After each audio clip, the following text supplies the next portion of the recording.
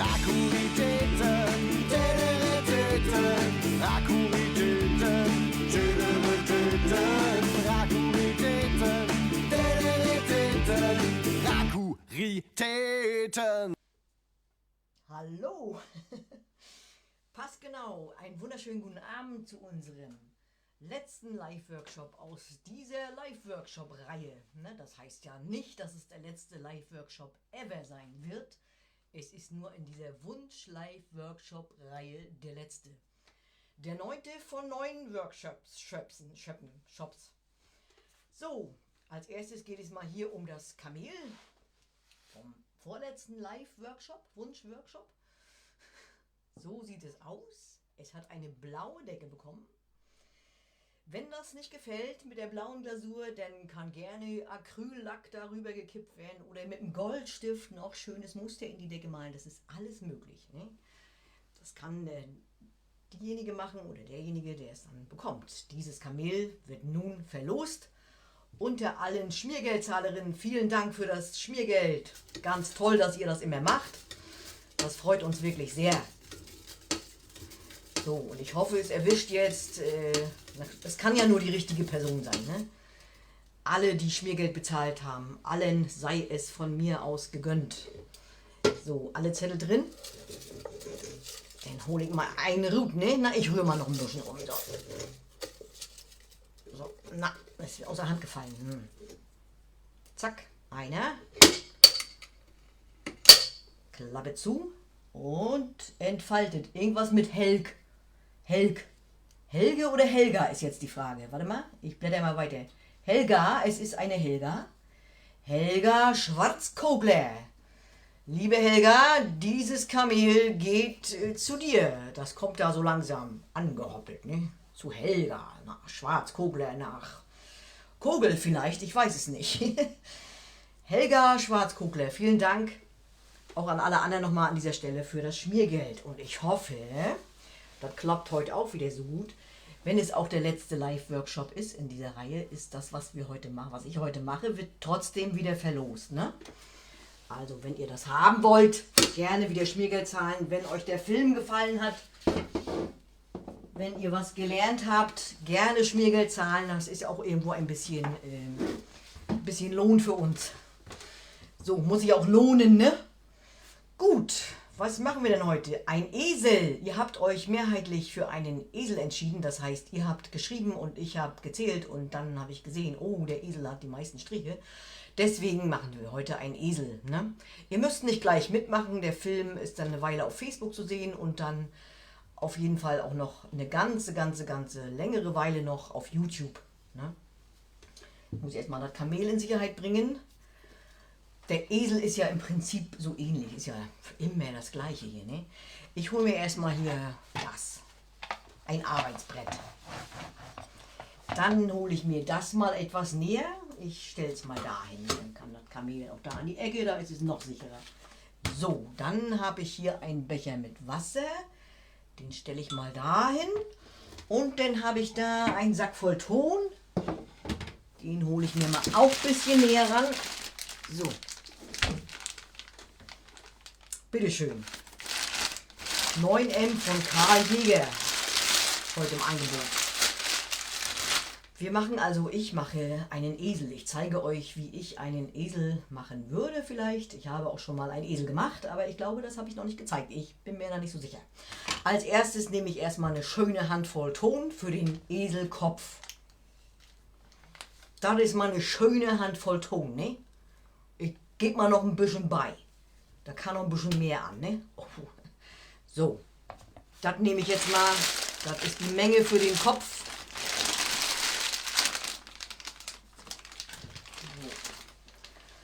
Und es gibt natürlich immer viele Wege, die nach Rom führen, ne? Ich zeige euch jetzt mal, wie ich den Eselkopf machen würde mit meiner Erfahrung, die ich schon habe. Es könnte sein, dass die eine oder der andere das sagt, das ist. Nee, das kriege ich aber gar nicht hin. Man kann den Kopf auch in Einzelteile zerlegen und dann zusammensetzen. Ne? Und ich mache das heute aber so, dass ich den grob vorforme. Ich habe hier schon mal so ein Ei geformt. Ne? Ein Ei, ein schönes glattes Ei.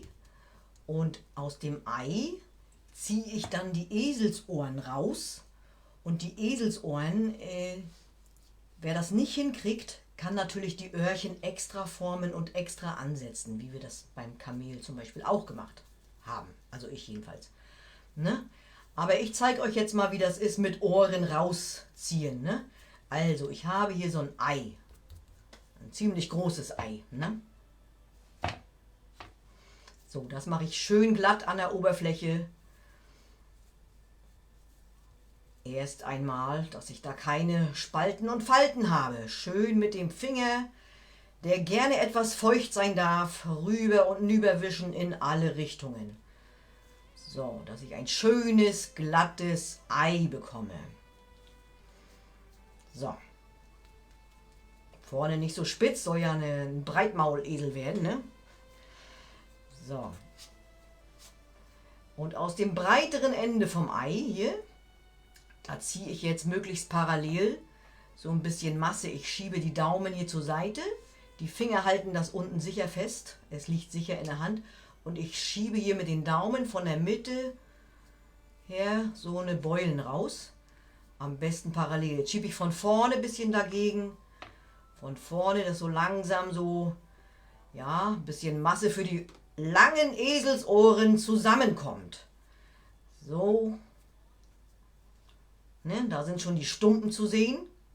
Und das ziehe ich jetzt immer weiter hier raus, bis ich da schöne Eselsohren habe. Erstmal müssen sie gar nicht schön sein, aber von der Masse her lang genug, dass das wirklich lange Ohren. Ne?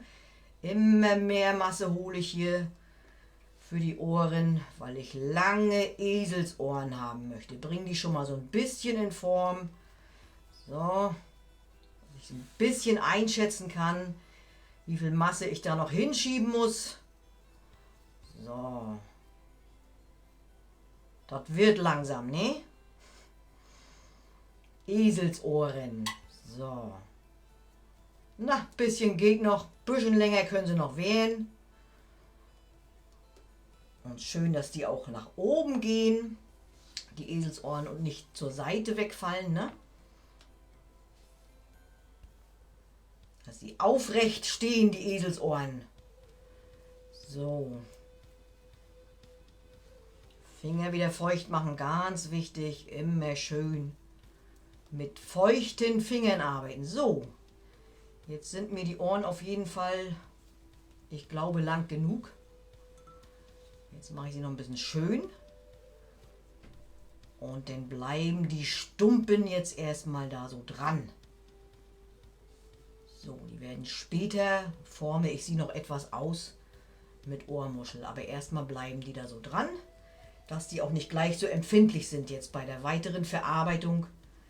Wenn das nachher, wenn die schon fix und fertig wären und ich hier noch drücke, dann zerdrücke ich da was. Also die Mühe lohnt noch nicht. Erst grob vorformen, so die Länge kommt ungefähr hin. Ne? Der Eselskopf und das sind die Ohren. Kann ich nachher auch noch ein bisschen drehen, aber wie gesagt, erstmal nur ganz grob. Und das Feine kommt dann später. So, jetzt habe ich hier einmal vorne. Das ist vorne. Und das ist hinten, der Kopf von hinten. Und jetzt bohre ich hinten rein mit meinem längsten Finger. Gehe ich hier schön in die Mitte und bohre mich da, halt das hier schön fest, ne?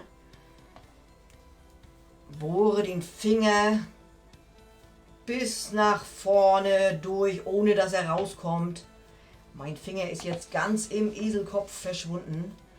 Und dann rühre ich da ein bisschen um, dass ich die Wandung etwas dünner kriege, dass das nicht mehr so massiv ist. Immer drücken, von innen mit dem Finger gegendrücken und von außen mit der anderen Hand gut festhalten. So, jetzt ist das Loch hier so schön groß, dass mein Daumen da reinpasst. Den stecke ich da jetzt rein und dann forme ich das aus. Da kriege ich es noch ein bisschen dünner. Der Daumen kommt jetzt nicht mehr bis ganz nach vorne, das ist aber nicht schlimm, ne? Aber hier den Kopf kann ich noch ein bisschen nach oben drücken. Na, wie so. Ein bisschen das Profil nach oben geht. Wie halte ich denn das jetzt am besten?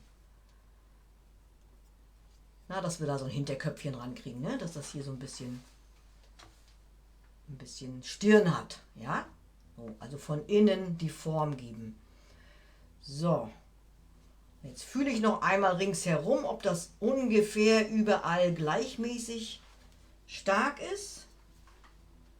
Und es ist der Fall. Jetzt kann ich es nochmal zeigen. Hat es ein bisschen Profil hier, ein bisschen Stirn bekommen. Die Ohren stehen nach oben. Und hinten habe ich ein großes Loch. Und das mache ich jetzt zu. Ich schiebe es vorsichtig zusammen und mache das Loch zu. Mach den Kopf zu. So. Stück für Stück zuschmieren. Immer gut festhalten, dass das sicher in der Hand liegt.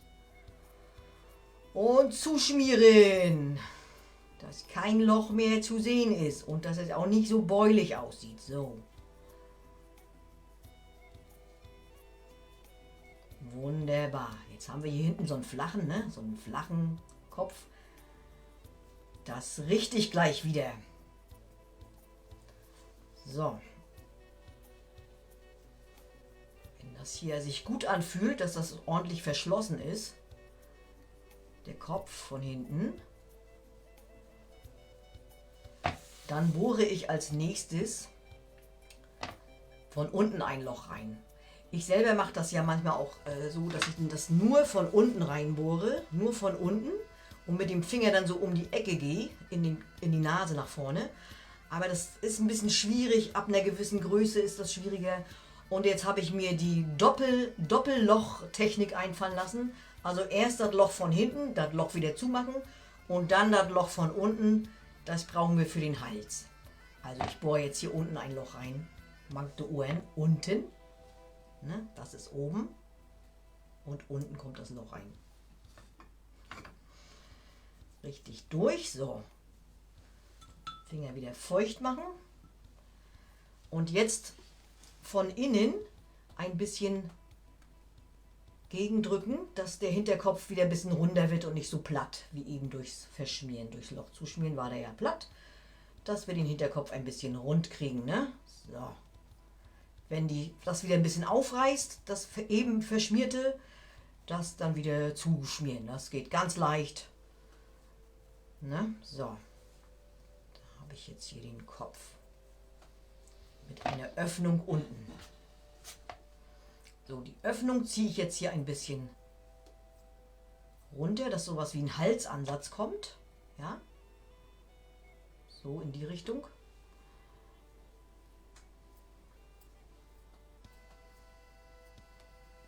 Und der Esel gleich einen schönen Hals.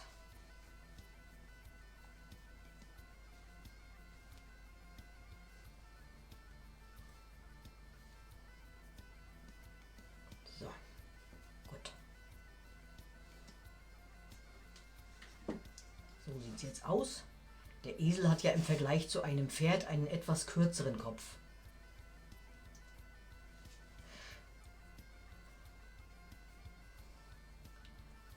So.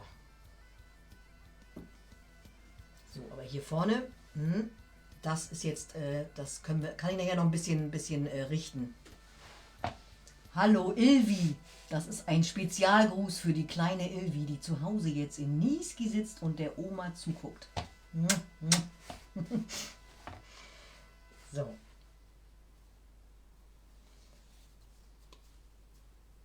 So, jetzt kann ich hier von unten mit dem Finger reingehen in den Kopf und hier diese Kieferpartie ein bisschen von innen ausbeulen. Ne? Also, ich halte ihn mal so schräg, fahre hier rein mit dem Finger und unterhalb der Ohren drücke ich mal so ein bisschen so eine Kieferbeule. Auf beiden Seiten. Muss noch nicht schön sein, noch nicht endschön. Dann wird er hier so unterm Ohr ein bisschen breiter, der Kopf. Ne? So. Da halten wir uns gar nicht lange dran auf. Ich nehme meinen Finger und ziehe hier eine Hilfslinie. Also ich ziehe sie nicht, ich drücke sie so rein für das Maul, für Oberkiefer und Unterkiefer. Und zwar nicht genau in der Mitte, sondern etwas nach unten. Also ein Drittel ungefähr. untenrum mit dem Finger so eine ganz kurze Kerbe eindrücken. Dann gibt es hier gleich ein bisschen Profil. Und das Ganze natürlich auf der anderen Seite auch. Wie mache ich das denn jetzt am besten kamerafreundlich? So vielleicht? Mit der anderen Hand. So. So, dann habe ich hier den Kiefer, grob, Ober- und Unterkiefer.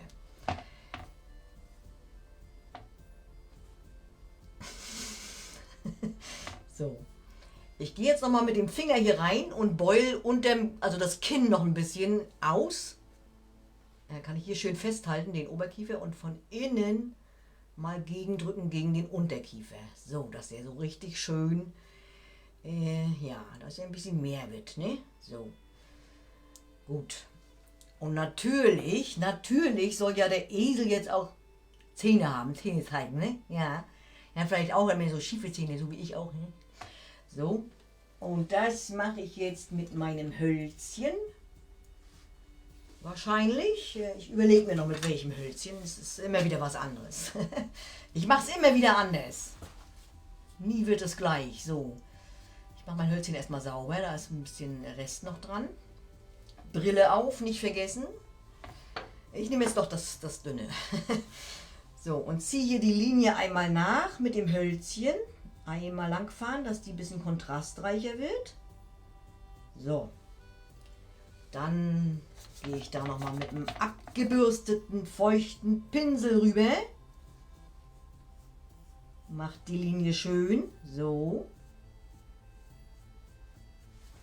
Und jetzt kommt's, Freunde. Die Einstellung ist perfekt, dass ich euch das jetzt richtig gut, hoffe ich, zeigen kann. Jetzt kriegt er die Zähne. Ich ziehe hier mal, wie mache ich denn das jetzt? Genau, ich drücke hier mit dem Finger noch einmal so eine Kerbe ein, wie eben schon. So. Und mit dem Hölzchen schiebe ich das hier bis zum Mundwinkel hin. Kurz vorm Mundwinkel aufhören. So. So, so, so. So. Dann mache ich alles mit dem Pinsel schön. Die Kanten.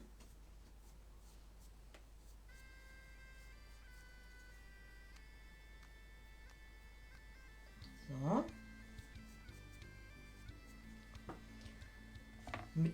Mit einer geraden Modellierholzkante.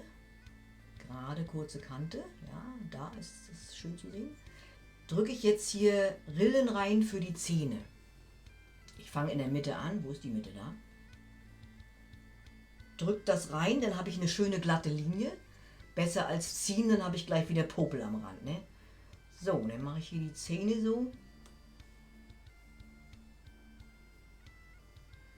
So. Mit dem Pinsel noch ein bisschen nachstreichen, aber das ist jetzt sehr feucht. Gerne ein wenig ruhen lassen und später nochmal beigehen. Ne? So, ich greife mal um, halte das hier kompakt fest und schiebe den Unterkiefer in Richtung Zähne. Vielleicht die Zähne noch ein ganz kleines bisschen reindrücken. So. Und den Unterkiefer so ein bisschen dagegen. So. Wer jetzt zu wenig Unterkiefer hat, kann das gerne noch betonen mit einer kleinen Extrawurst, die dann hier angebracht wird und hochgeschmiert wird. So, und hier den Oberkiefer drücke ich jetzt auch noch ein bisschen zurück, dass die Spalte da nicht so breit ist oder die Kante vielmehr. Jo, das geht, ne? Das geht so. Zähne. Ob das jetzt die Oberzähne sind oder die Unterzähne, ist nicht ganz klar. Ne? Ich muss hier nochmal nachdrücken, aber ich denke, das ist noch zu weich. Das mache ich später nochmal. Okay. Jetzt wird es vielleicht Zeit für die Ohren. Ich mache meinen Daumen feucht und fahre hier mal entlang der Ohren und ziehe so eine kleine Mulde lang, dass die Ohren so ein bisschen Profil kriegen. So, mit dem Finger, ne? Schön das Ohr von hinten in die Finger legen und mit dem Daumen die Ohrmulde ziehen.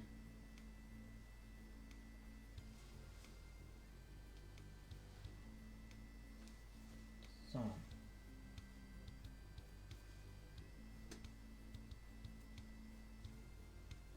Nee, das ist ja schon ganz gut, ne? Ist das schon ganz gut?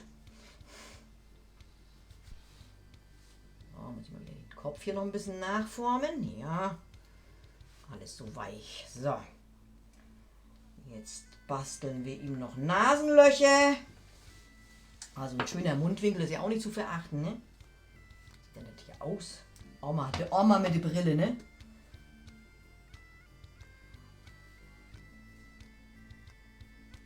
So, erstmal noch die Mundwinkel, Hölzchen, bisschen nach oben ziehen die Linie und rausdrehen das Hölzchen. So, wird der gleich schon ein bisschen lustiger, ne?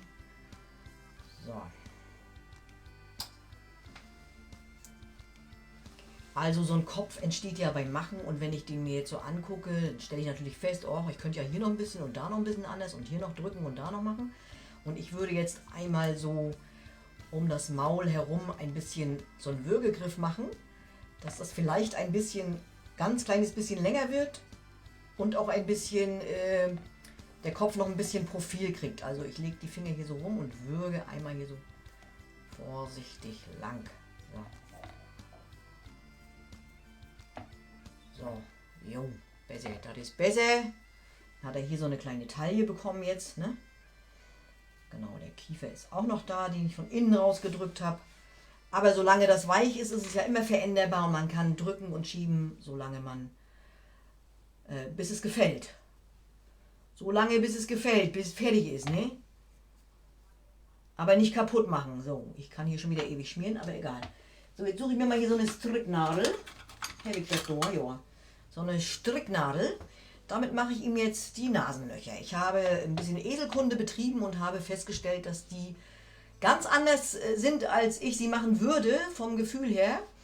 Aber ich mache sie jetzt trotzdem so, wie ich sie machen würde, obwohl es nicht so dem Original entspricht. Ich hoffe, ihr könnt damit leben. Wenn nicht, dann macht ihr sie doch einfach anders, ne? Also die sind nicht genau hier so vorne, die sind mehr auch so weiter hinten, wie beim Kamel, nicht ganz so weit hinten, ne? Also setze ich jetzt hier so, ich nehme mal die Zahnlänge von diesem Teil hier, so lang wie der Zahn ist, da dieses Maß nehme ich auch und da setze ich das Holz an. So, piek das hier mal rein und drehe das ein bisschen nach außen. So, das mache ich auf der anderen Seite auch. Piek das hier rein und drehe das ein bisschen nach außen. Jawohl, Kontrolle. Jo. Gut. Jetzt drücke ich das hier wieder zurück. So. Ja. Ja, doch, ja. Und mit dem feuchten Finger oder Pinsel, wie es am besten geht, mache ich hier die Kanten schön, die Nasenlochkanten. So, und haben die nämlich auch gleich ein bisschen Profil bekommen, was in Wahrheit gar nicht so ist, glaube ich. Aber was ist schon die Wahrheit? Man weiß es nicht genau. Außerdem gibt es ja auch verschiedene Sorten Esel. Die sehen auch nicht alle gleich aus, ne?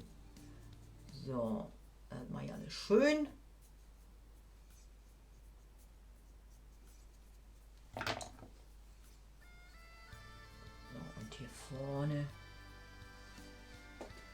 mache ich mal noch, ja, mache ich das mal noch so ein bisschen runter hier, so ein bisschen runterstreichen zwischen den Nasenlöchern. Jo, das gefällt mir. Das gefällt mir! So. Jetzt ziehe ich mir mal hier oder drücke mit dem Stäbchen hier so ein bisschen eine Abgrenzung. Maul.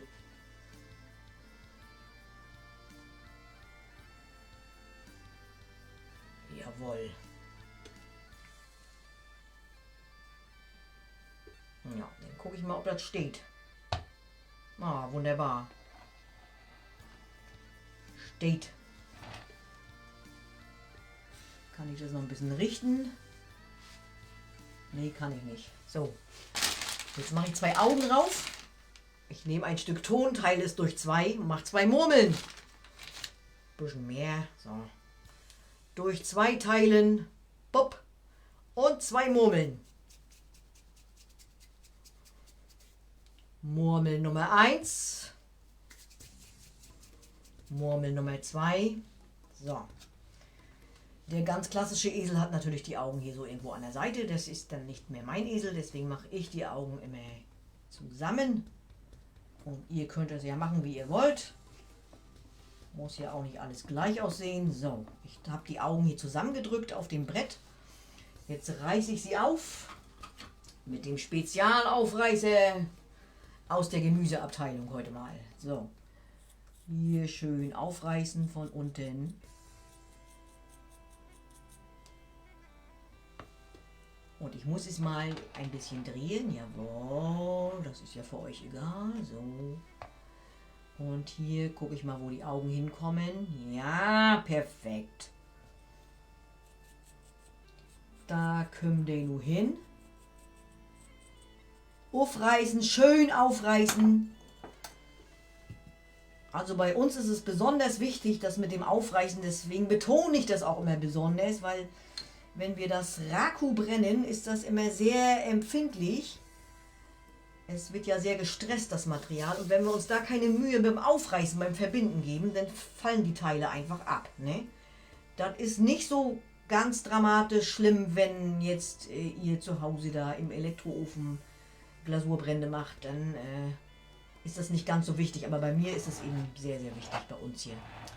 So, jetzt habe ich die Augen darauf gesetzt. Oh, war ich eben im Bild? Ja, so, schön von hinten die Haare, ja, wunderbar. Ich schüttel mal ein bisschen, so, gut. So, jetzt von hinten die Augen schön festhalten und mit dem Holz hier Teile vom Auge nach unten schmieren, hinten über die Mitte ein bisschen schmieren, dass die beiden Murmeln sich miteinander auch verbinden. Und dann hinten rum und ein bisschen an der Seite lang. Dass die auch richtig gut halten, die Augen, und nicht abfallen. So, mit dem Pinsel mache ich das alles schön.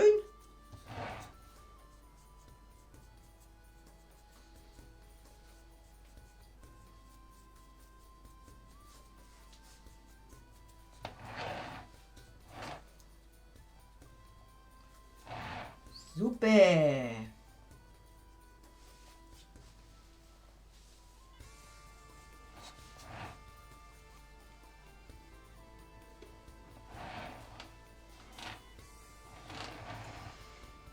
Ja, für die Augen lasse ich mir noch einen ganz kleinen Moment Zeit. Ich drücke hier nochmal die Ohrenmulde nach. Und dann fehlt natürlich noch die Frisur, die Eselfrisur. Ne? Die hat ja da eine kurze stehende Mähne oder manche haben auch so einen Puschel oder so ein verfilztes Zeug da auf dem Kopf.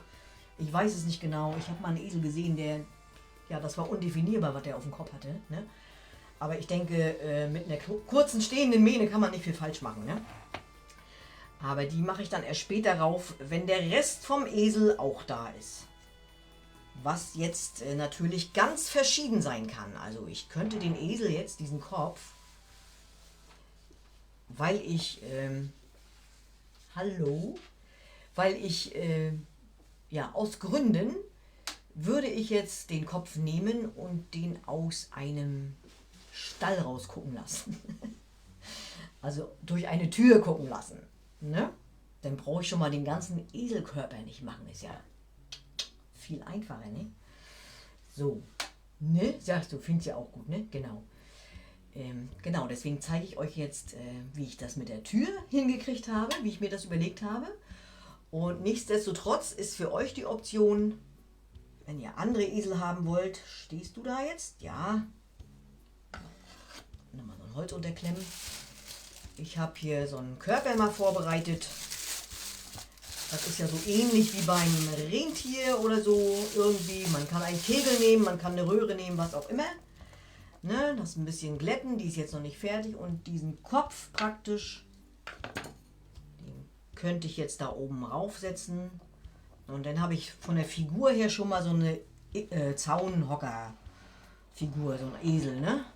Hier hinten kommt noch die Mähne ran, fertig. Genau, das mache ich jetzt aber nicht, weil ich möchte, dass mein Esel aus der Tür guckt. Bleibst du da hinten stehen? unterpacken. Auch da nehmen wir mal ein bisschen Ton. Kleine Tonwurst. So. Der parkt hier mal zwischen. Und das stelle ich wieder weg. Mach ich später fertig, ne? Der Eselkörper. So. Also wer will, kann natürlich da auch noch Beine ransetzen und also vielleicht so einen sitzenden Esel machen wie beim Elch, Rentier. So, gibt es wie immer ganz viele verschiedene Möglichkeiten. So, und ich habe mich ja für eine Tür entschieden. Deswegen muss ich jetzt hier erstmal ein bisschen Platz machen. So. Der Esel soll aus einer Tür gucken. Ich will mal ein anderes Brett nehmen. So.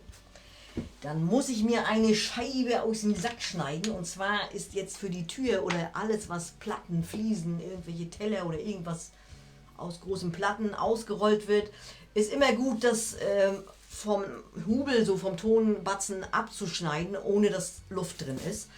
Und das zurecht zu formen. Das mache ich jetzt mal. Ich zeige euch das mal, wie ich das mache. So, hier ist der Tonsack. Jetzt schneide ich ganz sauber die oberste Scheibe ab. Ich habe ja hier so ein bisschen reingegrabbelt. Und wenn ich dieses Grabbelstück jetzt hier nehme, könnte es sein, dass ich Luft einarbeite. Ich will ja keine Luft haben, deswegen kommt die erstmal ab. Und ich schneide mir hier eine schöne, saubere, glatte Scheibe vom Hubel. So. Perfekt. Das mache ich wieder zurück. Hat keiner gesehen.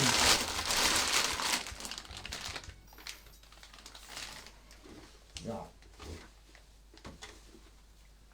Und jetzt brauche ich etwas Längliches. Das weiß ich ja schon. Ich drücke nicht mit den Fingern rein. Immer die Finger möglichst gestreckt. Also angelegt an den Klumpen hier.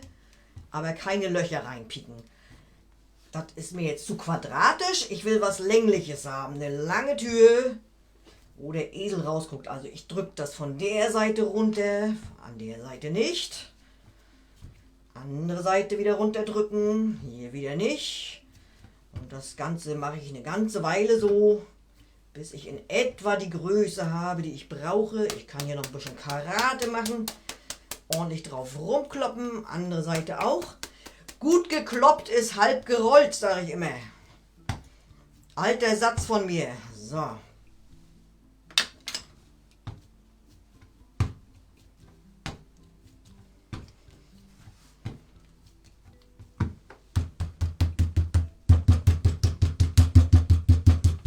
Gibt ja auch Leute, die nehmen dafür einen Gummihammer. Alles ist möglich.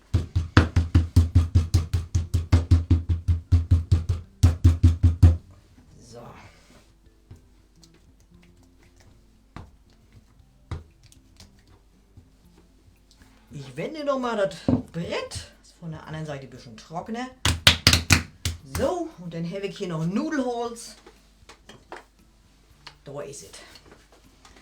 Und dann rolle ich da jetzt schön rüber, ohne zu plempern hier, ohne was zu verplempern. Beim Rollen achte ich darauf, dass ich die Form behalte. Es soll ein Rechteck sein. So, die Wandstärke auch ungefähr 1 cm, was recht dick ist für so eine Platte. Und deswegen war es umso wichtiger, ein schönes Stück vom Hubel abzuschneiden, dass da eben keine Luft drin ist. So, ich drehe das noch einmal. Wenn jetzt Luft drin wäre, würde man das vielleicht hier sehen beim Rollen, dann würden da Blasen sichtbar werden. Aber eben nicht immer, wenn das so dick ist. So. Das ist mal ein Gauk, ne? Das ist ja mal eine schöne Größe für eine schöne Stalltür. So, ich schiebe das wieder ein bisschen zusammen hier mit den Fingern. Und ich habe ungefähr eine rechteckige Form ausgerollt. So. Da kann ich mir jetzt so einmal nochmal abheben. Genau. Und einen Drehteller wieder unterpacken, ganz wichtig. Meine Töpferscheibe. So. Gut. So. Jetzt mache ich mal ganz, dass ihr das schön sehen könnt, wie ich mir das ungefähr vorstelle. Ich ziehe hier so einen Balken, ganz vorsichtig, falls es nicht gut aussieht, dann können wir es wieder gut wegwischen. Noch ein Balken, dann kommt da oben ein Querbalken ran und hier unten ein Querbalken, so. Muss aber auch eigentlich schon wieder viel zu gerade, was ich hier mache. Na egal, ich kann es ja noch verändern. So, und hier würde jetzt praktisch das Fenster sein. Ich mache es ein bisschen höher mal. So. Und da würde der Esel aus dem Fenster gucken. Hier habe ich den, hier habe ich den. Und dann mache ich hier noch so einen Bretterverschlag, ne? So, das kann ich ja noch ein bisschen ausarbeiten. Das ist hier der Rahmen. Auf keinen Fall soll er gerade sein. Gerade geht ja wohl gar nicht. Na, was habe ich hier ein bisschen... Ach. Das mache ich nachher. So.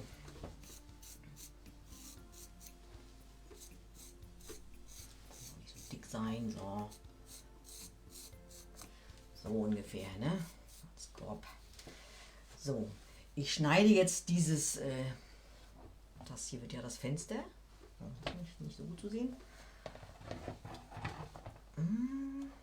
Also hier ist praktisch zu und hier ist offen, hier ist das Fenster. Das schneide ich jetzt aber nicht raus, weil sonst hier die Ecken zu empfindlich sind. Da bricht das dann vielleicht schnell. Ich werde das nachher mit Glasur so machen, dass das Innere des Stalls ist. So, jetzt nehme ich hier meinen Kopf und der soll jetzt hier ran, dass der Esel da so seitlich aus der Tür rausguckt, ne? Oder er kann auch in der Mitte rausgucken, von vorne, so, oder so ein bisschen schräg. Also schräg sowieso. Na, das kann ich mir jetzt überlegen. Von welcher Seite soll der Esel jetzt aus der Tür gucken? Ja. Ich könnte aber auch sagen, ach nee, der Esel ist mir jetzt aber viel zu groß geworden für die Tür, ne? Stelle ich den nochmal weg, der Kopf. Und, mach schnell nochmal einen neuen, der ist ein bisschen kleiner. Ne? Oh, da sind die Augen noch gar nicht fest. So. Ja, ich glaube, es gefällt mir besser, der kleinere Kopf. Ne? Genau. So, dann mache ich jetzt erstmal die Augen fest.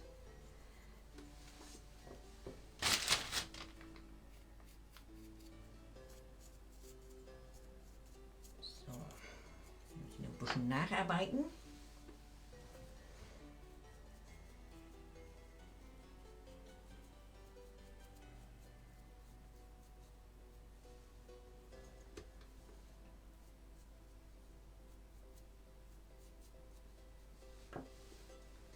So, haben wir es gleich, haben wir gleich. So, wunderbar. Okay. So, der soll jetzt hier so, soll ich ihn so rausgucken? Das ist auch witzig, wa? Ich lasse ihn mal so rausgucken, aus der Mitte. Mach mal die Mitte. So, der soll jetzt nicht so, was sehen wir denn gerade, also nicht so gerade aufsetzen, weil ja hier unten das Loch ist, sondern der müsste ja so ein bisschen schräg nach vorne gucken, ne?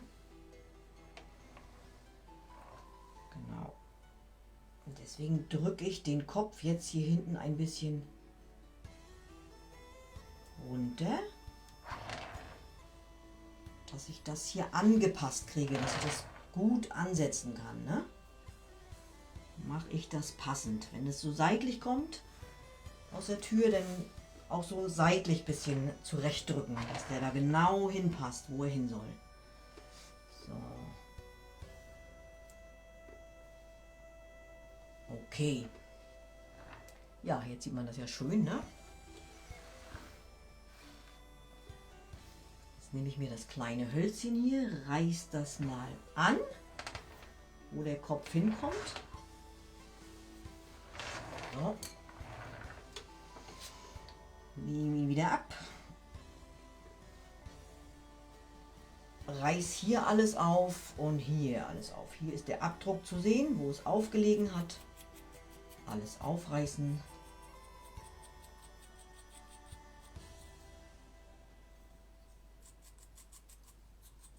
Lieber zu viel als zu wenig aufreißen. Hier reißen wir auch alles auf.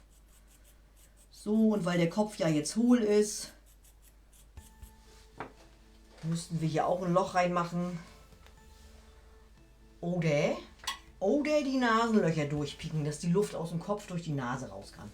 Ich mache zur Sicherheit lieber immer ein Loch mehr rein und raus und rauf und runter. So, hebe ich mal die Platte ein bisschen an. Und mach mal hier jetzt so ein Loch rein. Dann gehe ich auf Nummer sicher und kann nachher, wenn der Kopf einigermaßen hält und die Platte nicht mehr so weich ist, dann kann ich von hinten her schön durchs Loch und den Kopf von innen nochmal anschmieren. Jawohl. So. Schön aufreißen. Ich nehme Wasser. Bei mir im Topf ist hier unten immer ein bisschen Brei drin, also der Schlicker, der ist immer hier ganz unten. Ne? Also wenn ich sage, ich nehme Wasser, dann kann ich auch Schlicker nehmen oder ihr könnt sowieso auch immer Schlicker nehmen, das ist natürlich nicht verkehrt. So. Das betupfe ich jetzt mit dem Wasser oder mit dem Schlicker. Und das hier natürlich auch.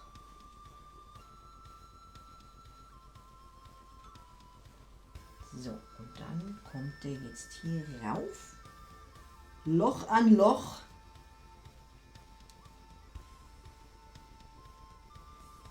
So, ganz, ganz vorsichtig ein bisschen andrücken.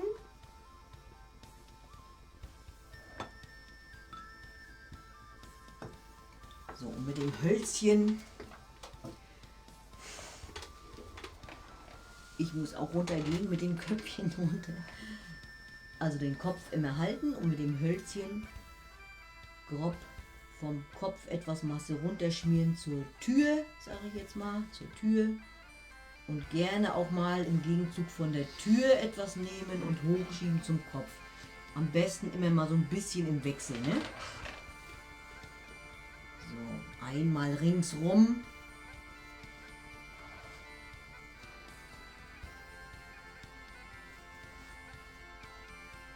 Einmal grob anschmieren. Verbinden.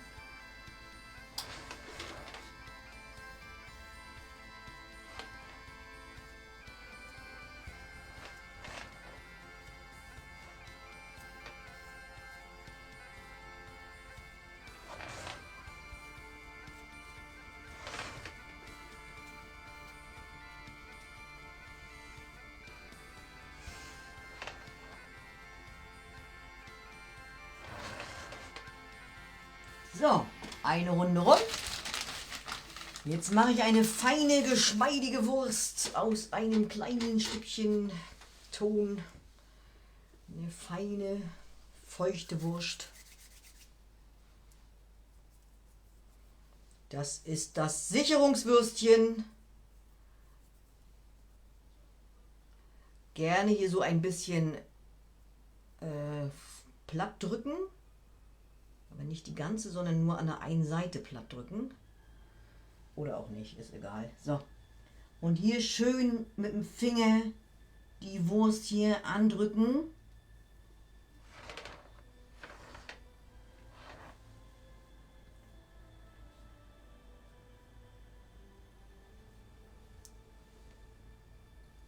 So. Schmatzgeräusche sind immer gut.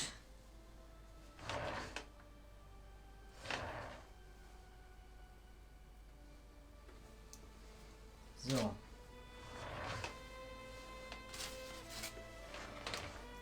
Und jetzt schmiere ich die halbe Wurst zum Kopf und die andere Hälfte zur Tür.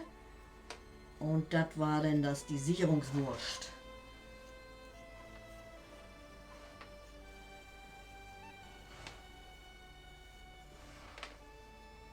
Das mache ich mit dem Hölzchen. Und der Finger kommt da jetzt nicht mehr hin.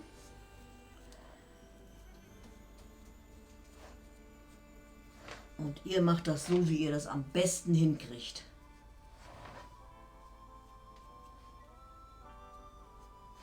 Wichtig ist bei dieser Sicherungswurst, dass die schön weich ist und geschmeidig. Dass man die schön in die Ritze drücken kann, dass man keine Luft einarbeitet, ganz wichtig. So, den Pinsel mache ich jetzt bändröche und wische hier schön mit dem Pinsel nochmal lang.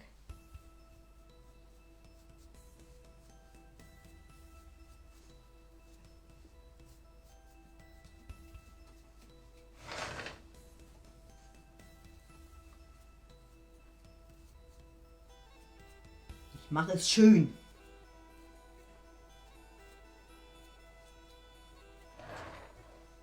Also nicht nur schmieren, sondern auch ein bisschen drücken. Ein bisschen die Masse bewegen, da der Kopf nachher nicht abfällt, ne?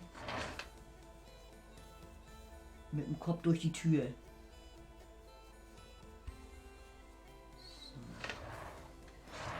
Haben wir dort haben wir nun, ne? So, jetzt richte ich ihn noch ein bisschen, bis er mir gefällt. So. Hier vorne mit dem Finger hin. Hinten noch nicht. Mit dem Pinsel.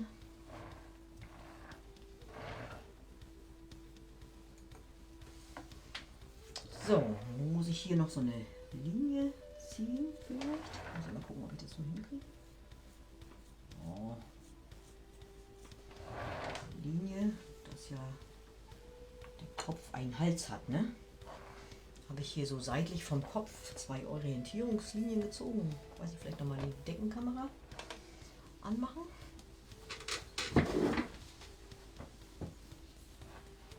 So, hier seitlich vom Kopf 2 Orientierungslinien. Eine links und eine rechts. Dann drücke ich da die Masse von der Tür ein bisschen zurück. Dann kriegt das etwas Profil.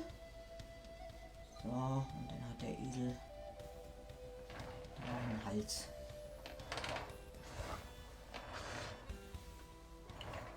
So.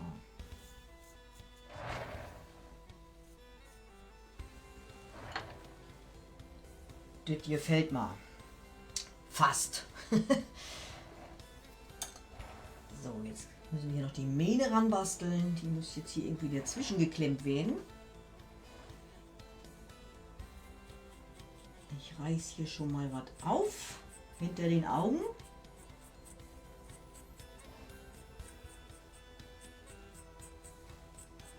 Hinter den Augen und zwischen den Ohren.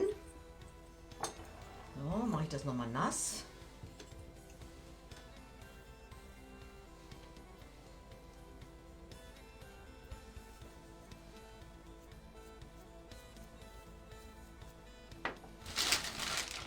Und mache mir hier so ein Dings fertig für die Mähne. Gucken, wie das da so aussieht.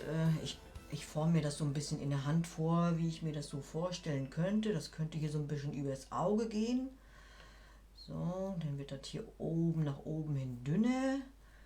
Unten lang breiter. Ein bisschen Probe. Oh ja, oh ja, oh ja, das ist mein Gaut, ne? Dann kann ich hier hinten noch ein bisschen runterziehen, dass ich das schön in die Ritze hier reinkomme. So. Und unten ruhig schön breit lassen, ne? Dass wir da ordentlich was zum Schmieren haben, dass wir das schön verschmieren können, da das auch gut hält. Jetzt meine mal Probe sitzen. Jo, da muss ich ein bisschen spitzer werden, dass es da schön drin passt. Wunderbar, und da kommt das dann so ran. Genau. Das mache ich da jetzt fest. Ich reiße es auf.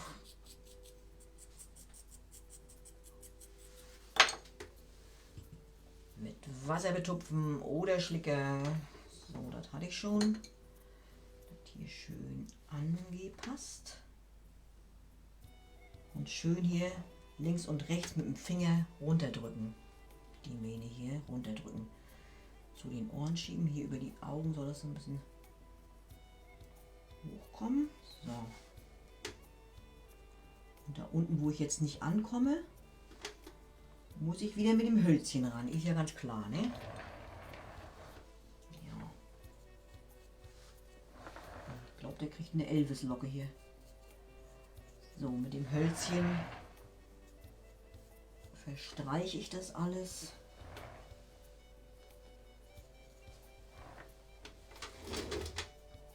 Bisschen knifflig in der Ecke hier, aber das kriegen wir hin.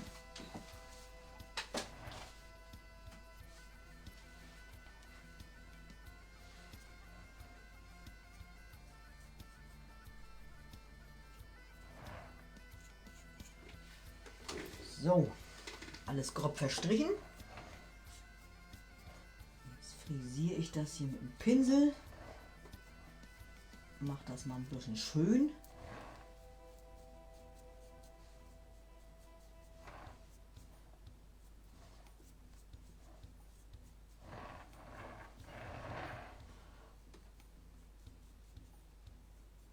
Ja, das dauert jetzt ein bisschen, ne? Aber ihr habt ja Zeit. Ich auch.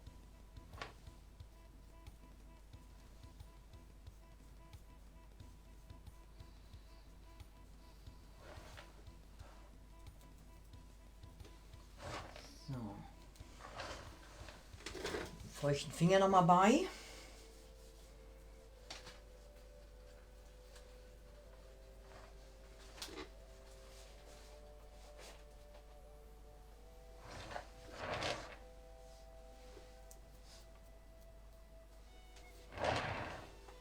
Vorne hier gucken.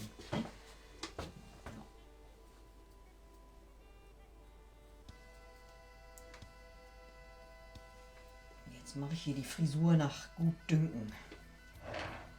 Ich fummel da so lange dran rum, bis mir die gefällt. Und wenn es nichts wird, alles nochmal abmachen, nochmal von vorne anfangen. So, dass das hier oben ein bisschen breiter wird. Drücke ich das zurück, dann wird das hier ein bisschen breiter, die Kante. So.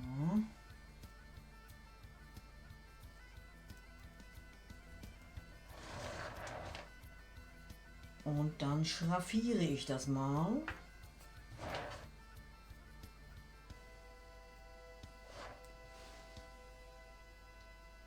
Wenn da ordentlich Material ist, kann man auch natürlich ordentlich schraffieren. So. Diese breite Kante hier oben, da kann ich nicht schraffieren, weil da sind ja die Haare zu Ende. Also mache ich da so Punkte rein, ne? Und hier an der Seite schraffiere ich aber. So.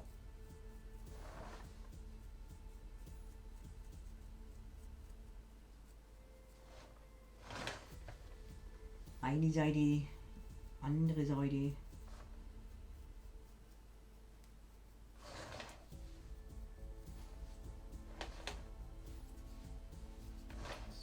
Hier oben endet das dann mit Punkten.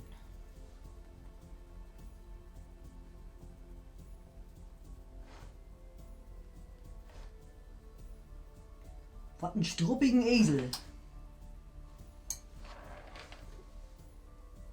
Ich hoffe, die Eselfachleute sind damit einverstanden.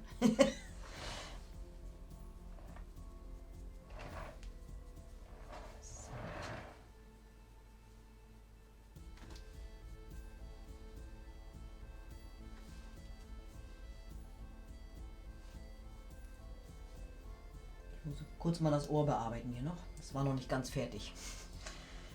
So. Gut.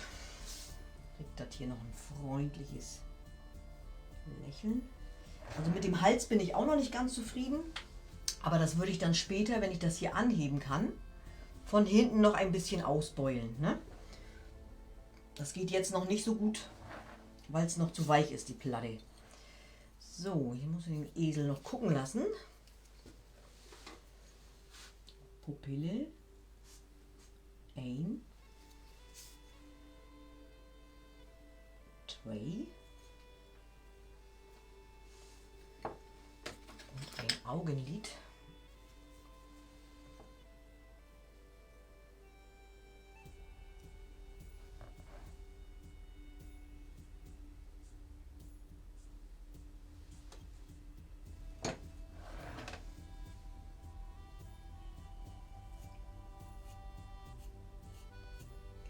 Hier mit dem Hölzchen ein kleines bisschen Profil ins Ohr.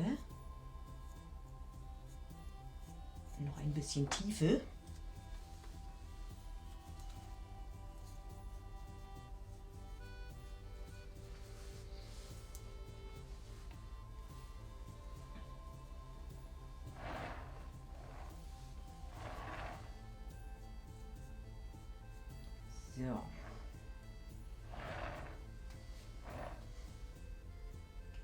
Mul nochmal an von vorne. Jo. Jo, das geht.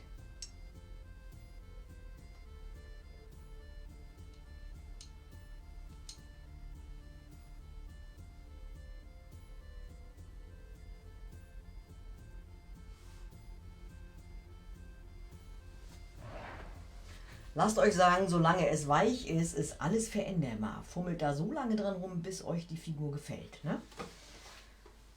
Aber auch rechtzeitig aufhören. So, der Esel ist jetzt immer grob in Ordnung. Ich kann ja ewig schmieren, wisst ihr ja. Das mache ich nachher auch noch. Jetzt mache ich aber noch die Tür hier zu Ende. Habe ich dann ein Messer? Aha. Jetzt mal sauber machen, das Messer. So. Wunderbar. Jetzt schneide ich mir mal hier die Tür zurecht. Und ich hatte ja vorhin gesagt, bloß nicht so gerade. Dann schneide ich sie mal absichtlich ein bisschen schräg. So. Dass sie oben etwas schmaler ist als unten.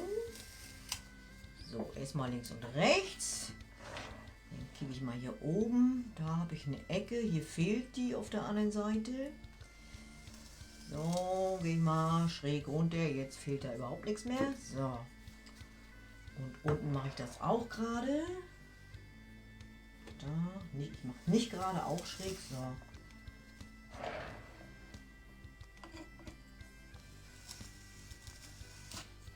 So. Bretter, Bretter. Und jetzt mache ich die Kanten schön. Erstmal außenrum. Ich habe noch überlegt, ob da irgendwelche Löcher rein können zum Aufhängen später. Habe mich aber dagegen entschieden, erst einmal. Da muss ich erstmal nachher abwarten, wie das hier wird. Ich denke, ich stelle es lieber an die Wand oder bringe es auf ein anderes Holz auf. Also man kann beispielsweise hier unten Schrauben ins Holz bohren, dass es praktisch auf den Schrauben aufliegt. Die Schrauben können gleichzeitig ein Haken für irgendwas sein zum Beispiel. Aber ich würde ungern Löcher in diese Platte machen, um es dann daran aufzuhängen. Aber ich habe ja noch Zeit, mir das zu überlegen. So, jetzt habe ich hier den Rahmen erstmal schön gemacht. Nicht so schroff ist, so scharfkantig. Und jetzt ziehe ich hier, gebe ich noch ein bisschen Profil. Ne?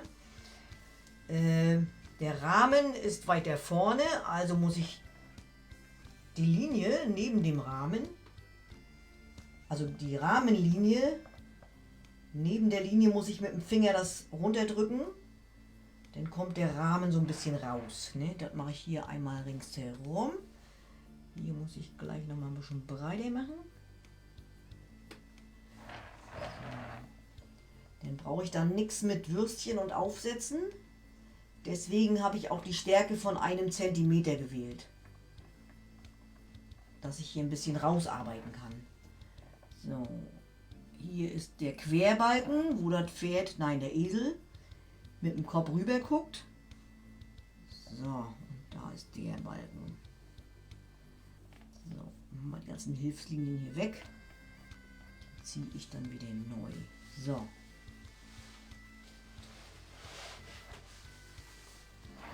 Das gleiche mache ich natürlich hier auch. Jetzt einmal unten gemacht. Und jetzt mache ich es noch einmal in der oberen Hälfte. Unter den Eselkopf lang mit dem Finger. Jawohl.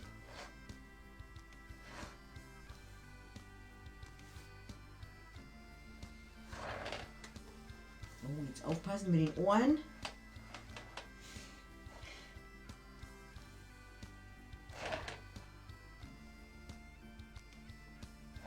So, jetzt drehe ich da auch eine Runde rum.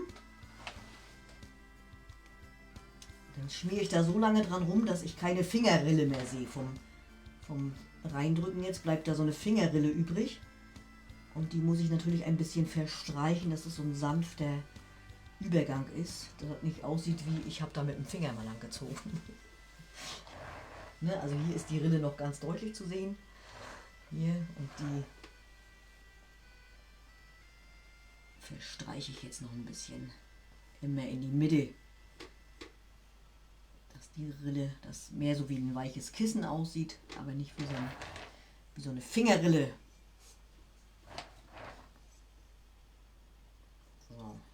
geht das ein bisschen über. Das ist da drunter. Aber die Ecken, das können wir alles mit dem Hölzchen ein bisschen nachziehen. So. Oder drücken. So. Kann ja auch schön rustikal aussehen. Sind ja Holzbretter, ne?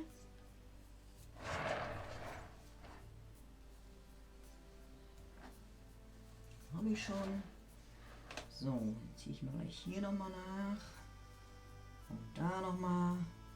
Und hier ziehe ich unten rüber. Weil das ja zusammengenagelt ist und kein Rahmen aus einem Stück. So.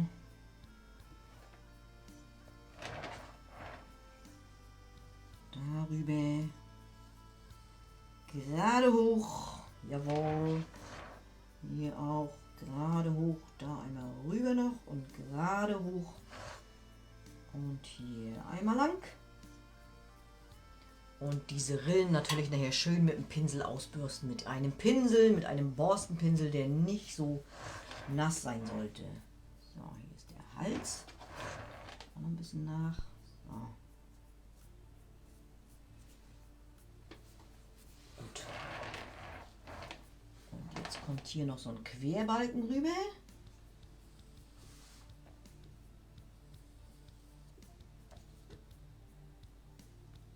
Eine Fachwerktür. So. Und da kommen jetzt noch Längsbalken. Schöne Brettertür.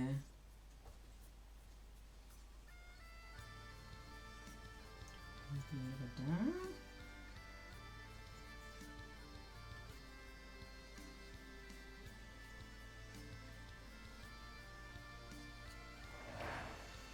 So.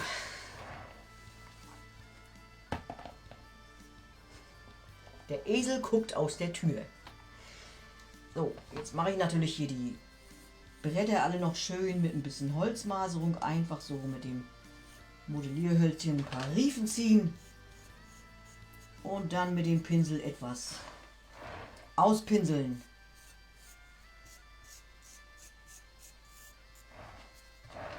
Wer viel Zeit hat, kann sich ja auch noch gerne ein Astloch da reinbasteln.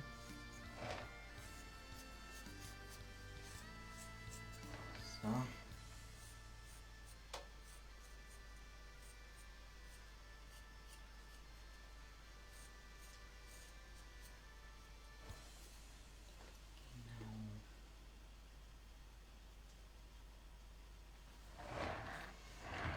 Genau. Ja.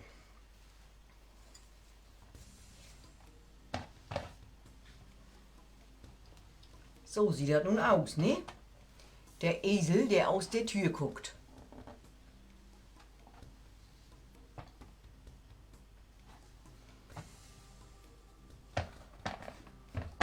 Dann hoffe ich mal, dass es euch gefallen hat.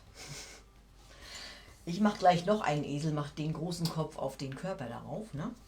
Ergebnis zeige ich euch dann.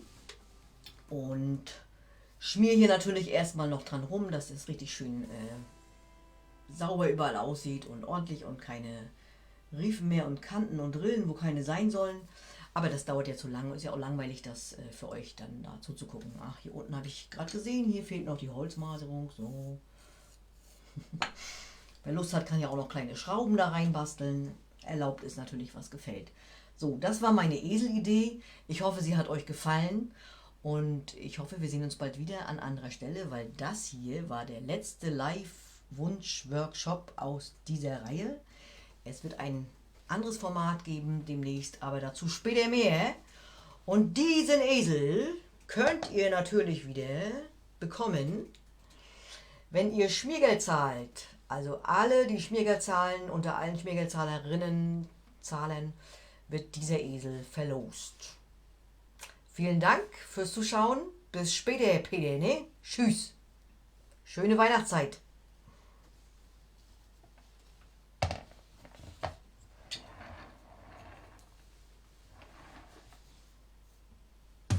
Wir machen schöne Augen, ne Schnute kaum zu glauben. Witzig, lastig, schick und genial. Wir sind das Original aus Saal. Rakuritäten, Rakuritäten, Rakuritäten, Rakuritäten.